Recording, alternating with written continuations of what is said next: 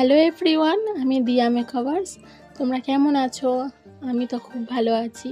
তো আজকে ছিল আমার মেকআপের ক্লাস। মেকআপে যাব বলেই রেডি হচ্ছিলাম। আজকে আমাদের 3D মেকআপ প্র্যাকটিস ছিল, তার জন্য যা যা লাগবে তাই গুছিয়ে নিচ্ছিলাম।